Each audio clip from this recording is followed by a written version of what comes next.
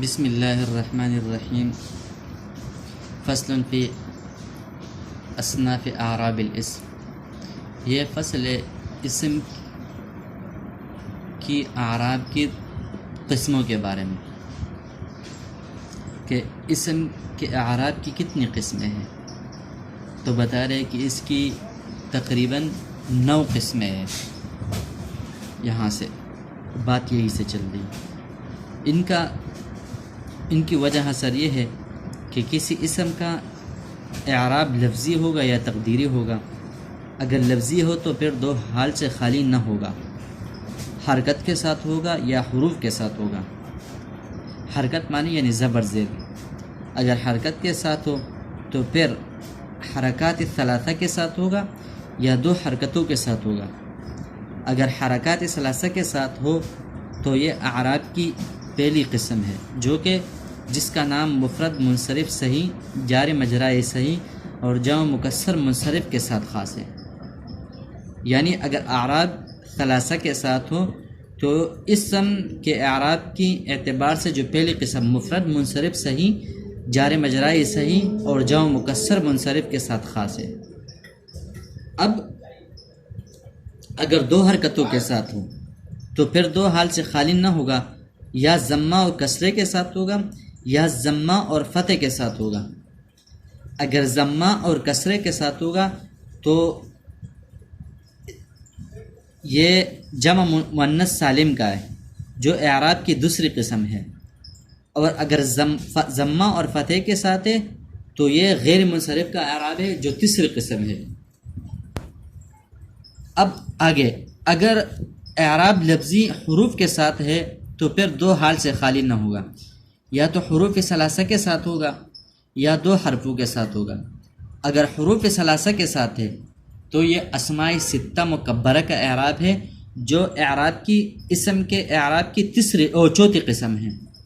اور اگر 2 حروف کے ساتھ ہو تو پھر 2 حال سے خالی نہ ہوگا، یا تو الف اور یا کے ساتھ ہوگا یا واو اور یا کے ساتھ ہوگا۔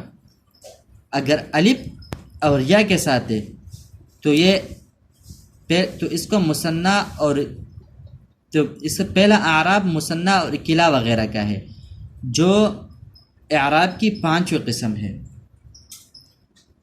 اگر یا اور واو کے ساتھ ہے تو وہ جمع مذکر سالم کا اعراب ہے، جو اعراب کی 6ٹھی قسم ہے۔ آگے جا کر اگر اعراب تقدیری ہے تو پھر 2 حال سے خالی نہ ہوگا، یا تقدیری حرکت کے ساتھ ہوگا یا تقدیری حروف کے ساتھ ہوگا۔ اگر تقدیری حرکت کے ساتھ ہو تو پھر حرکات ثلاثہ تقدیری ہوں گے، یعنی لفظوں میں ظاہر نہ ہوں گے، یا 2 حرکات کے ساتھ ہوں گے۔ اگر تقدیری حرکات ثلاثہ کے ساتھ ہوگا تو اس کو اسم مقصور اور اسم غیر جمع مذکر سالم جو یا متکلم کی طرف مضاف ہو ان کا اعراب ہے۔ تو یہ اعراب کی 7ویں قسم ہوئی۔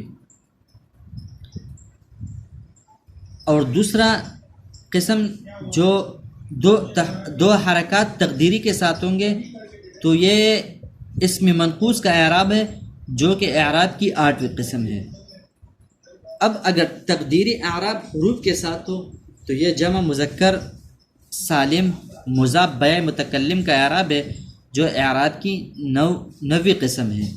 تو ٹوٹل یہاں پر ہمارے پاس اسم کا اعراب ہونے کی صورت، اسم کا اعتبار اعراب کی یہ 9 قسمیں، جس کے وجہ حسر بیان کی گئی۔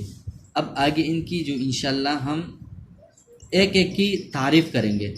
مفرد منصرف صحیح، جار مجرائی صحیح اور جمع مکسر منصرف، اسی طرح غیر منصرف۔ اب آگے اسماء ستہ مکبرہ اور اسی طرح مثنیٰ و کلا وغیرہ وغیرہ، اسی طرح جمع مذکر سالم کا اعراب ہے، اور اسی طرح ہمارے پاس اسم مقصورہ ہے، اور غیر جمع مذکر سالم جو ہے متکلم کی طرف مضاف ہو ان کا بھی تعریف کریں گے۔ اسی طرح اسم منقوص کا جو یہ 8ویں قسم ہے، اسی طرح جمع مذکر سالم مضاف بہ متکلم کا اعراب ہے۔ یہ ٹوٹل 9 قسمیں ہمارے پاس ہوں گے اعراب کے اعتبار سے، جس کی وجہ حسر بیان کی گئی، اور انشاءاللہ ہم اس کی کل تعریفیں یعنی وہ ترجمہ ہم کتاب کا کل انشاءاللہ کریں گے. والسلام.